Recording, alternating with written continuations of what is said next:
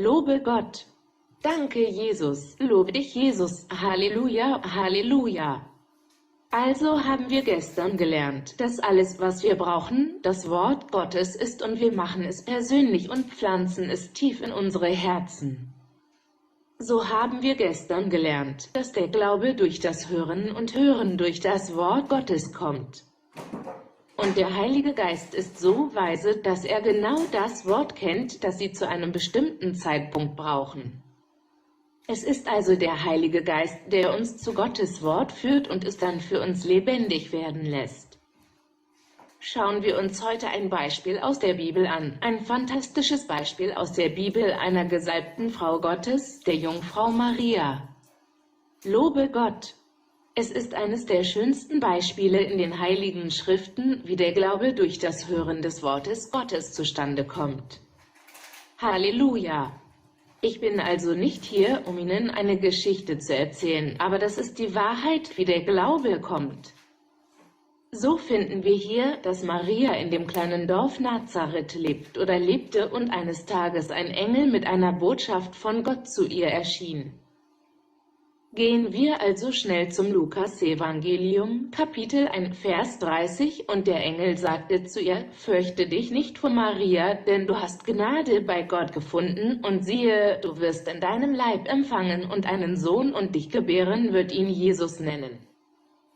Und Maria sprach zu dem Engel, wie kann das sein, seit ich Jungfrau bin? Und der Engel antwortete und sprach zu ihr, der Heilige Geist wird über dich kommen und die Kraft des Höchsten wird dich überschatten und deshalb wird das heilige Kind der Sohn Gottes genannt werden, denn mit Gott wird nichts unmöglich sein.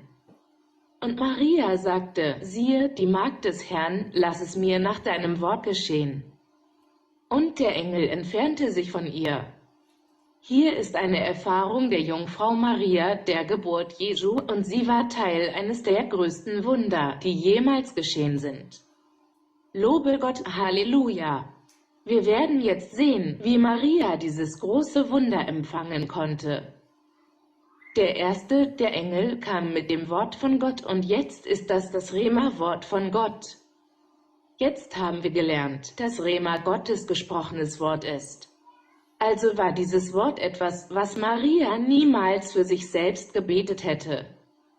Sie hätte es nie geplant, sie hätte es nie geträumt, sie hätte es nie gewünscht, weil Mary zu dieser Zeit eine unverheiratete Frau war.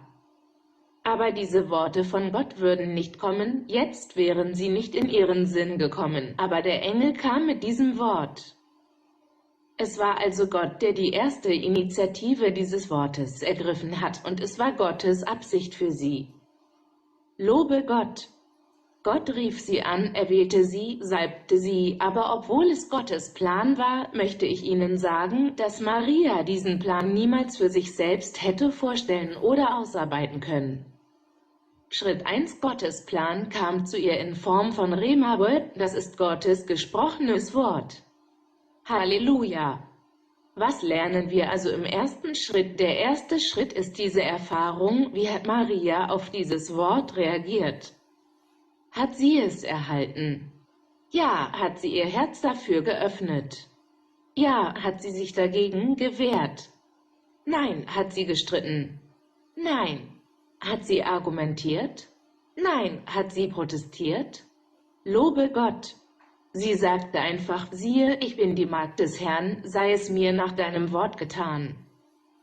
Wir sehen also, wie Gott initiiert. Der Engel mit Gottes gesprochenem Wort kommt und Jungfrau Maria ihr Herz für Gottes Rema-Wort öffnet. Das ist Gottes gesprochenes Wort.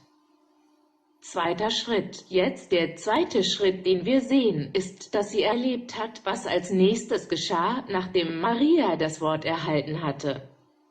Dieses Wort, als es vom Engel gesprochen wurde, gab ihr Glauben. Wir haben in der Vergangenheit in Römer Kapitel 10, Vers 17 gelernt, dass der Glaube durch das Hören und Hören durch das Wort Gottes kommt. Der Glaube kommt durch Hören und Hören durch das Wort Gottes. Wenn sie also auf die gleiche Weise ihr Herz öffnete, wenn sie auch ihr Herz öffnen und zulassen, dass das Wort Gottes in ihnen Wurzeln schlägt, wird ihnen der Glaube vermittelt. Wir haben also gesehen, dass sie, als sie das Wort erhielt, ihr Herz dafür geöffnet hat, sich nicht dagegen gewehrt hat und nicht damit gestritten hat. Lobe Gott! Sie hat es nicht begründet, sie hat keinen Zweifel oder Unglauben oder Protest benutzt, aber sie hat es erhalten. Wenn also das Rema-Wort von Gott gesprochen wird, empfängst du es, dass dieses Wort Glauben an dich vermittelt. Was war nun der dritte Schritt? Der dritte Schritt ihrer Erfahrung war das Ergebnis von Marys Bereitschaft zu antworten. Also wurde das Rema-Wort gegeben, der Glaube wurde vermittelt, jetzt war es ihre Antwort.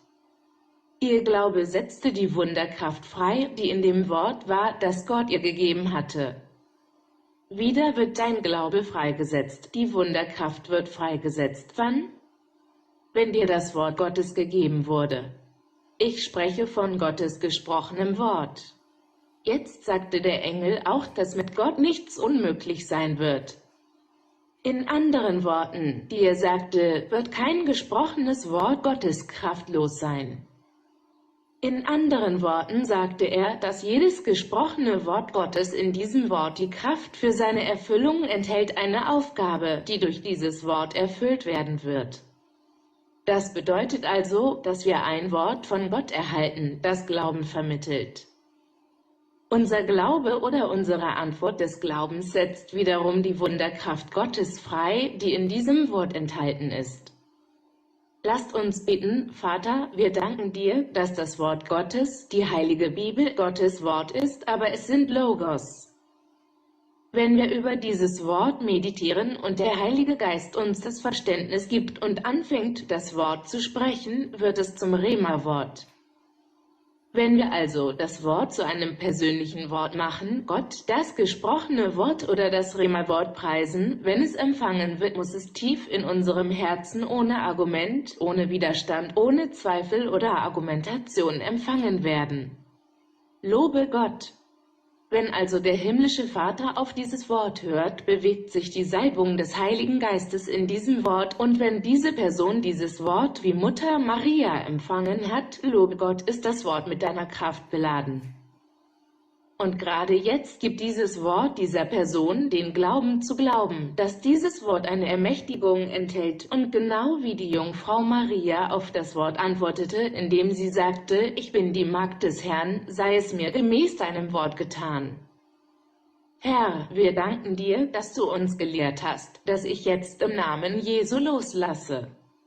Im Namen Jesu sei jetzt gelöst. Während ich dieses Wort sprach, werden alle dämonischen Kräfte gemäß Lukas Kapitel 13, Vers 10 zerstört, und als ich dieses Wort sprach und sie dieses Wort empfangen, werden sie von allen dämonischen Kräften befreit, sie werden von jedem Fluch befreit, sie sind es von jedem Mangel befreit. Sind sie von sehr viel Krankheit befreit. Ju ist gesegnet mit der Salbung des Heiligen Geistes, die Segen in ihr Leben gebracht hat, um ein Segen für die Nation zu sein. Ich spreche einen vollständigen Durchbruch, ich spreche einen vollständigen Sieg, ich spreche einen vollständigen, siegreichen, kühnen, mutigen Geist, der in dich fließt und jede Depression, Unterdrückung und jede Art von Angst in Jesu Namen Amen, Amen, Amen austreibt.